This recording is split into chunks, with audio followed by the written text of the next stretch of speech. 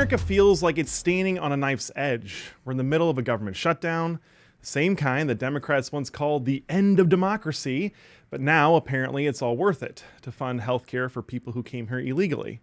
That's not compassion, that's chaos. Meanwhile, law and order seems like it's collapsing. Political violence is rising. A man who tried to assassinate a Supreme Court justice just gets 8 years in prison. Another running for attorney general in Virginia fantasizes about killing his political opponent, and the media just shrugs. The double standard is breathtaking. Ordinary Americans see what's happening. They know the system's rigged. That if you're on the left, you're protected. And if you're on the right, you're a target. But amid the corruption, a few leaders still believe in this country. Men who fight not for power, but for principle. Senator Bernie Moreno is one of them. A businessman who built the American dream. A husband and father who understands sacrifice, and a leader who still believes that faith, family, and freedom are worth defending. Today, we'll talk about restoring law and order, rebuilding the economy for families, and what real leadership looks like in a time of chaos. And before we wrap, we'll lighten it up, because if there's one thing that Bernie Moreno loves almost as much as America, it's a great car. Senator Bernie Moreno, welcome to the Terry Schilling Show. Thank you for having me, and you give a great recap. I mean, that pretty much lays it out. It is a crazy world. I never thought that, I should have predicted this, but because America's been through crazy times before, but it is there's a serious civil unrest going on. Well, it's interesting. We really look at this historically. We've had a two-party system in this country since our founding, right? For the most part, right? Democrats and Republicans since the Civil War.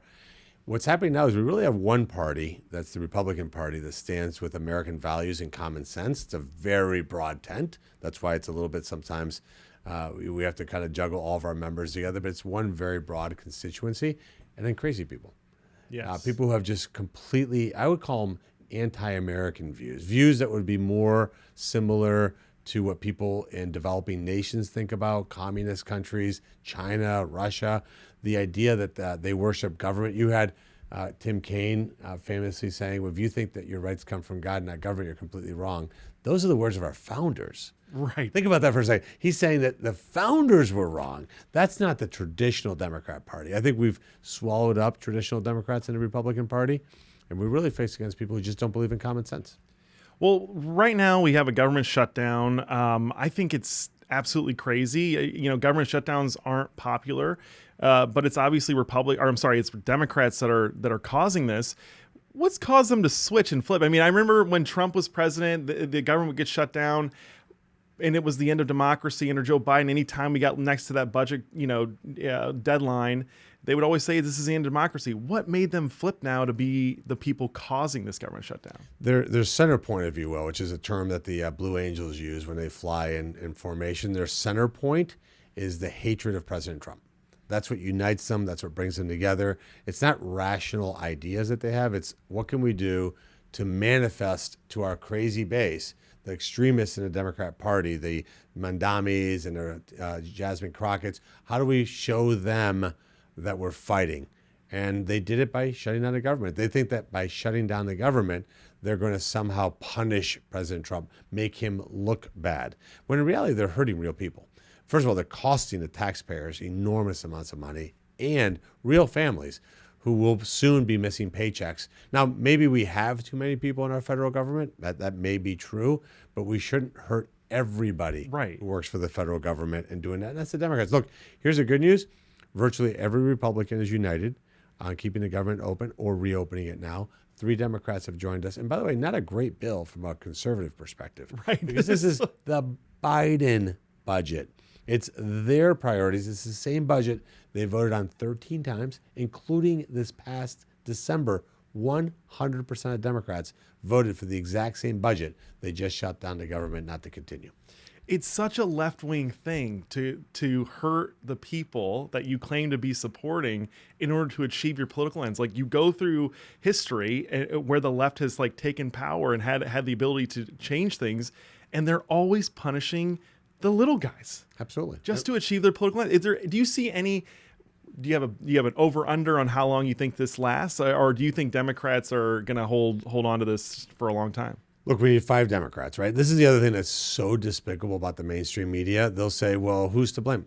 What do you mean, who's to blame? Every Republican, except for 1, and 3 Democrats voted to keep the government open and are voting now to reopen it.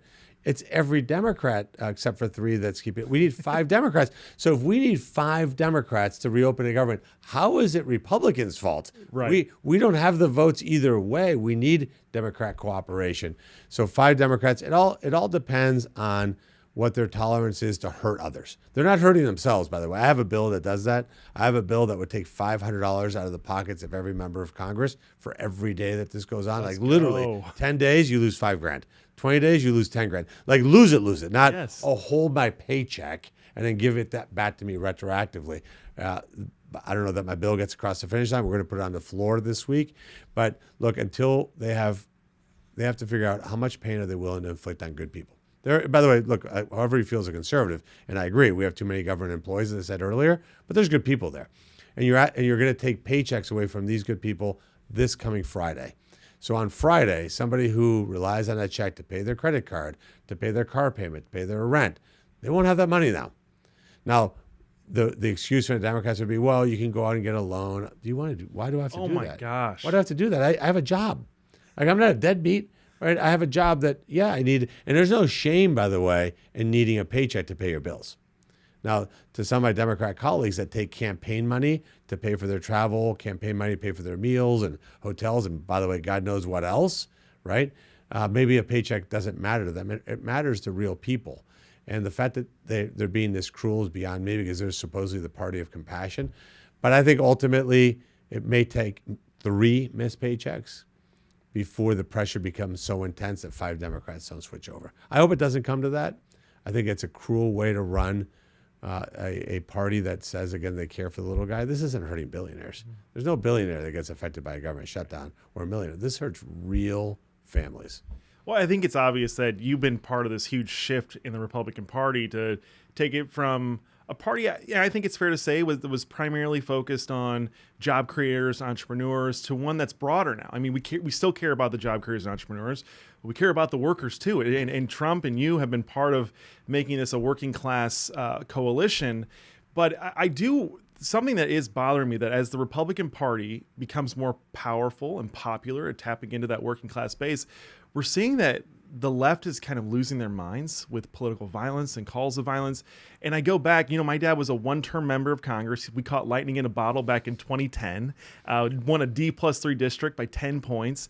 And when he was embarking on that journey, though, we sat down as a family and we had this conversation. And politicians have typically called it the talk.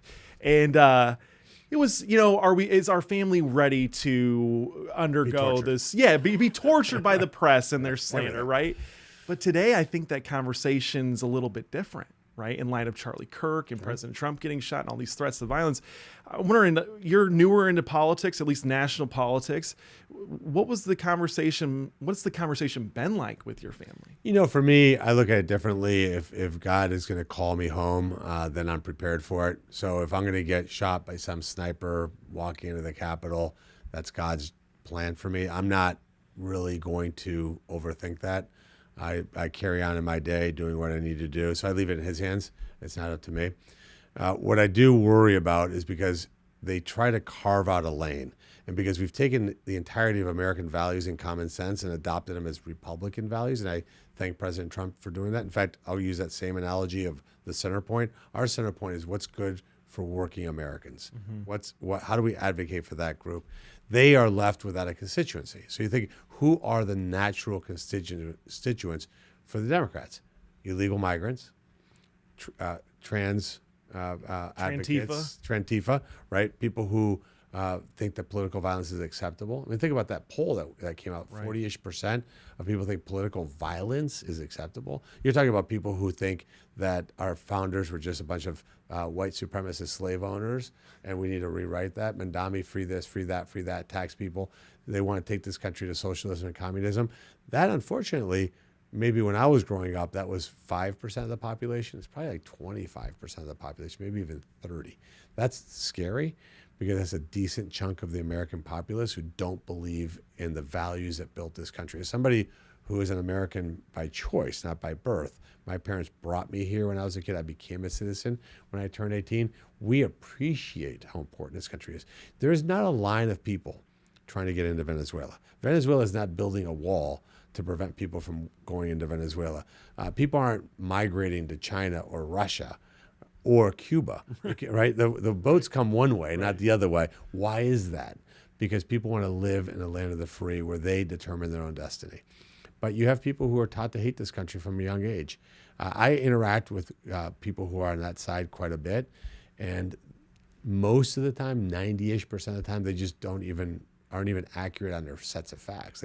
Their sets of beliefs is rooted on total misinformation, which is promulgated by the mainstream media. I think that's exactly right. It is that the starting facts is what we disagree on. Like truth is what we actually disagree on. Reality. Right. And I think that's a very dangerous position to be in. No, for example, the ACA subsidies. So I have people that message me all the time. Why do you want to get rid of the ACA subsidies? We're not getting rid of the ACA subsidies. Those are in law. What we're saying is that the temporary COVID subsidies that produce $0 premiums that open up the aperture for fraud in a big way, that we can't allow that to continue because, by the way, the Democrats, only Democrats, extended those for 3 years in 2022. They set it to expire this year. Republicans didn't vote for that.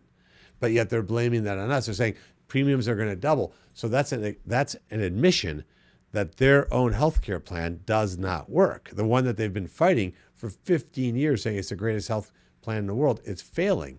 Because if you have premiums that are doubling, that's a failure of the system that they themselves created.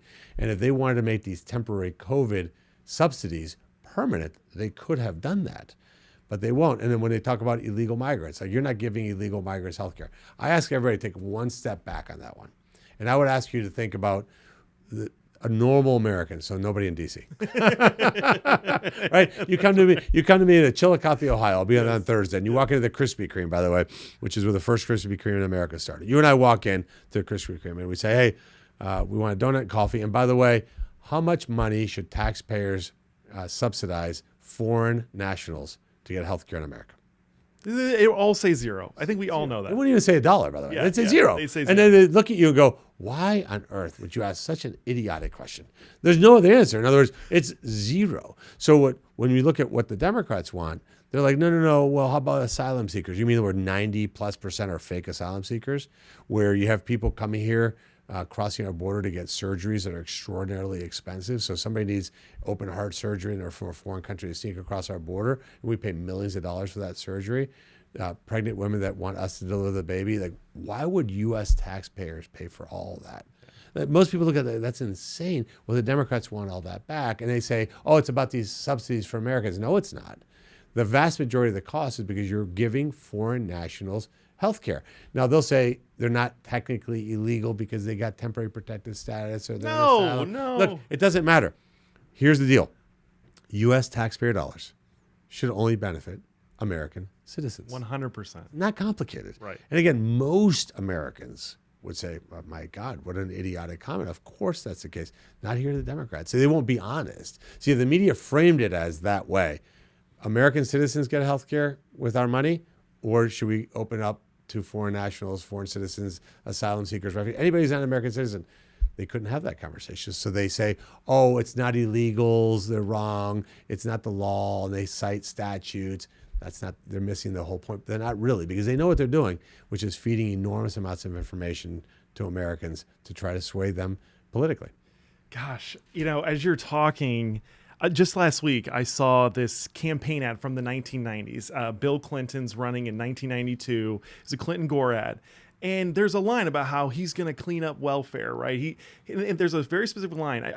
It made me miss, I never thought I would say this, but it made me miss the days of the Bill Clinton Democratic Party. Bill Clinton would be MAGA. He would be MAGA. Well, Trump is like a pro-life, pro-family MAGA, or, a Bill Clinton guy. Yes. But the line in the ad was, Bill Clinton believes that welfare should be a helping hand, not a way of life. And you fast forward to today with the Democratic Party, not only do they think it's a way of life for Americans, they think it's a way of life for foreigners in this country. That shouldn't even be here. Totally. It's insane. And remember I said the center point is what Republicans are on when it comes to helping working Americans. Who suffers the most in that scenario? So in other words, you take a billionaire, we say love to knock billionaires. Do you think a billionaire is waiting in line at an emergency room? Are you kidding me? They name the tower after the guy, and the CEO of the hospital personally caters to him, right? So the billionaire's not affected by that at all. But a working American who actually needs health care, the healthcare costs are going up because you have more demand for the healthcare services because you open it up to foreign nationals. And when you go to the emergency room, which is where these foreign nationals, fake asylum seekers, undocumented illegals, et cetera, are going, here's the ultimate grotesqueness of this whole thing. That American citizen, that working class American, he's waiting in line behind the illegal. Think about how cruel that is. That we're saying the Democrats find working Americans so despicable. They want to replace them with foreign workers. They want to lower their wages with bringing undocumented illegals into the country. And then, by the way, wait in line behind them because, see, the hospitals will get a higher rate for that treatment if it's through the emergency room than it was through preventative care, which is where the American citizen would go. So the whole system is so gross and so distorted. But then, they go out there and shed crocodile tears on the steps saying that they're fighting for working Americans. They abandoned working Americans a long time ago. Well, and on top of that, I wish that they just abandon working class Americans. But in fact, what they're doing is they're humiliating us. Yeah. Right? It is embarrassing. And we wonder why young people aren't getting married anymore. It's because they can't find jobs, because the Democrats have created a system that only benefits the super wealthy or the super poverty. Totally. And it's totally cruel. Well, you can't get married because you can't afford a house. Right. So living with your parents is a tough way to date. It's a really tough way to get married. It's a really tough way to have kids. So you delay all those things. Now you can't even afford a car. You can barely afford groceries. Even making what people would have thought, man, if I make 75 grand a year, I'm doing really well in this country. My God, absolutely not. You're getting crushed. So the Democrats created this environment, and they totally mock working Americans. Because look, I'll give you an example. We'll talk about cars for a second. In the Inflation Reduction Act, the Democrats' signature legislation under Biden, if you went and bought a Lamborghini SUV plug-in hybrid and paid $350,000 for that car and leased it, the federal government gave you $7,500. Just process that for a second. The taxpayer gave that person buying that Lamborghini on that lease $7,500. I've said it to my Democrat colleagues. They don't believe it. That's not true. If there's income requirements, not if you lease it. Mm-hmm. Which is why the vast majority of these electric vehicles were leased, because they were so focused on EVs at all costs. Well, who's going to buy the EVs first? Wealthy people. Mm-hmm. So they actually subsidized the leasing of luxury electric vehicles at the cost of hundreds of billions of dollars to the taxpayer. What did we do in the One Big Beautiful Bill? No tax on tips. Does that help billionaires? No tax on overtime. Not a lot of billionaires that work on overtime, right? No tax on Social Security, right? The child tax credit, the Trump accounts. Those are all working class programs that every Democrat voted against. Mm-hmm. It's unthinkable. It's unfathomable. How do we get out of this, though? Obviously we've got an economy that's not very friendly to young people. It's not very friendly to young families. What's the path forward? I know it's vote Republican and vote for more people like you that actually pay attention to the working class. But how do we get back to an economy where we can start to support families off of one income again? It starts with housing. We got to fix housing. And housing can be fixed one of three ways. You raise incomes. Well, you'd have to raise income 60% to get back to 2019 housing affordability. My goodness. 60%, not 6%. You heard me right. Yeah. 60 to get back to 2019 affordability. That's going to be tough. The second one is you have to lower the cost of housing by 38% to get back to 2019 affordability. That's very difficult. Increase income by 60% and or lower the price of housing by 38%. Well, that's not going to happen. You can't build a house for 38% less. Or the third one is lower interest rates by 200 basis points. Let's lower interest rates. Bingo. It's that easy, right? And that's why when you say, why is President Trump, why do I beat up on Jerome Powell so much? He lowers interest rates 200 basis points. We're back to 2019 affordability. Now you unlock housing for people. Now, Chairman Tim Scott, chairman of the Banking Committee, we passed the Road to Housing bill. It passed 24-0, so I'll give my Democrats colleagues credit for passing it. That will also stimulate housing creation in America. Getting rid of all these illegals will help housing costs. I had to explain that to my colleagues. I took out a chart called supply and demand.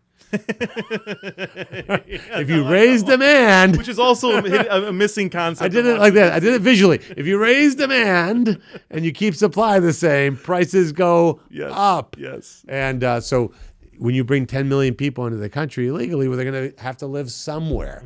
So you put enormous pressure on the demand for housing. It drove up housing. So this deportation process, the sealing of the border will also help. Those are the things so we got to fix that. That's number one. We got to bring good, high-paying jobs to this country. It's amazing to me to watch the Democrats be anti-tariff. We are about. I'll give you a stat. They were the party of tariffs, by the way. Like My opponent, Sherrod Brown, his entire life, 52 years in politics, he was against tariffs. Now he's running against my colleague, John Husted, again. This guy came from the grave, evidently couldn't get a job in the private sector. Yeah. He's now anti-tariff. Because that's the viewpoint of the Democrat Party. But you, in the car business, stat that your listeners will love. January 1st of this year, 51% of the cars sold in America were made in America. 51%. In just 6 months, we've moved that number to close to 57%. Wow. Think about the job impact that Yes. is. That is not only the auto plants, the suppliers, the communities where all that lives. I have a bill to put a 25% tax on outsourcing. So if you want to outsource your call center to India, for example, you're going to pay a 25% fee because those jobs now leave this country. Those jobs should be in America. And by the way, it's the worst thing in the world. Have you ever called a call center and you talk to this guy who barely speaks English, but his name is Joe, right? And he doesn't, you can't understand a word he's saying. He doesn't know anything you're talking about.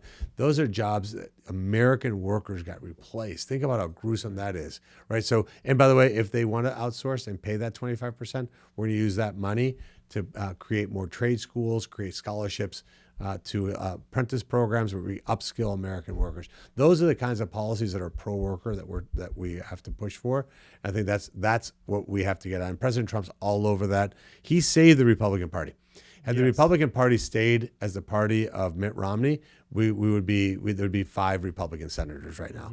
He saved us because what he's done is he's centered us on working Americans. Fight for working Americans. You're seeing a lot of unions now gravitate towards the Republican Party for that reason. They don't want men playing women's sports. No. They're not for foreign nationals coming and taking our jobs and our healthcare. They hate that stuff, especially in the building trades where they see it. They see unqualified foreign workers come in that are willing to do slave wages. Companies don't hire illegals because they have some heartfelt emotion around hiring foreign nationals. They do it because they want slave wages. Right. They want to be able to take advantage of workers. Well, that's not what we stand for in the Republican Party. No, in fact, in D.C., you go to these egghead groups, these think tanks, these on the right even, and even on the left, they treat labor costs as a bad thing. Yes. And the thing is, when I hear labor costs as a normal American, I hear someone's paycheck, right? A family paycheck, like how a family pays their bills every month, and that's what's going on in this town. I want to get into cars in a second, but real quick. There is this insanity going on across the country, specifically with the media, where you will have something like a Charlie Kirk assassination or a Donald Trump assassination attempt, and the media runs cover for these people. And we just saw in Virginia now, crazy. That story's Jay nuts. Jones, where he's texting with someone Nuts. about killing his political and opponent and their their kids. family, And the kids. Yes. And then he says, no. I feel like these people won't stop until they feel pain themselves. So it's not like, oh, ha, funny joke. He's actually making a point that we need political violence.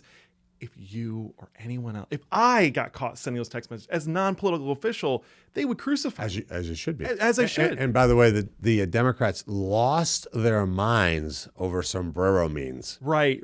Lost. I was actually tempted. By the way, as a Latino, I was tempted to wear a sombrero on the Senate floor tonight, but I didn't want to get too spicy. But they literally lost their mind over sombrero memes. Yes. But a guy who wants to kill a political opponent and the kids, nothing to see there. Yeah. Nothing to see there. That's a joke, you see. See, they're all. That's a joke. But the sombrero meme, that's racist. That's right. You right? want people to die because of that. Yes. Crazy. I mean, look, the problem we have is in the vast majority of the mainstream media, and the reason why they've lost so much credibility is that they're really operatives for the Democrat Party. They're very liberal themselves.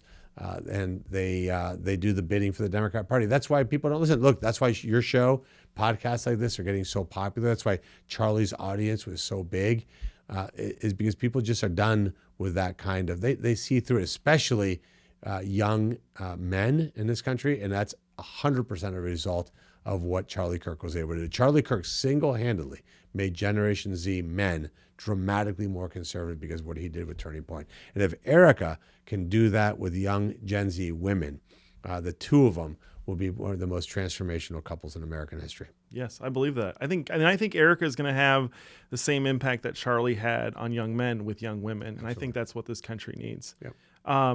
Getting to a more fun topic. So I grew up, my dad was a gearhead. He had a 1969 Mustang Fastback.